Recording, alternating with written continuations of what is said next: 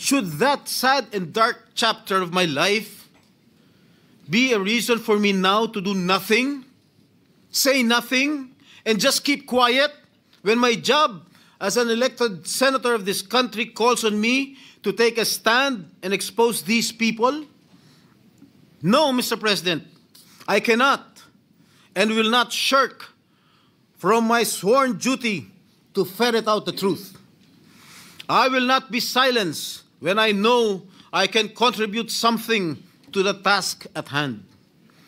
I will continue to do my best to be worthy of the support that I was generously given by the people who elected me back to this Senate. Kung nakuha kong humarap sa kaso at tanggapin ang kaparusahan ng isang krimen kung saan ako'y napawalang sala, lalong kayang-kaya kong harapin ang isang Bryce Hernandez na lantarang sinungaling at magnanakaw. Mr. President, my dear colleagues, if my opponents think that they can weaponize me, that they can weaponize my past to stop me from investigating, nagkakamali sila.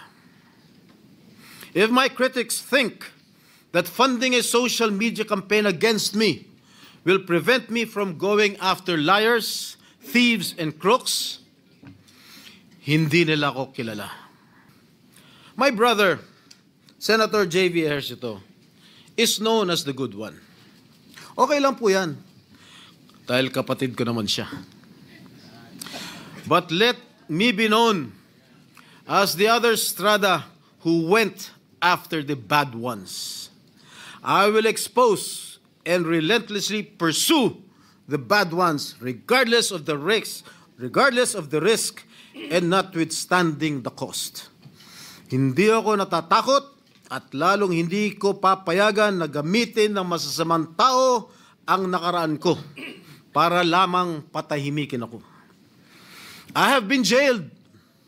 I have been vilified, crucified, and publicly humiliated.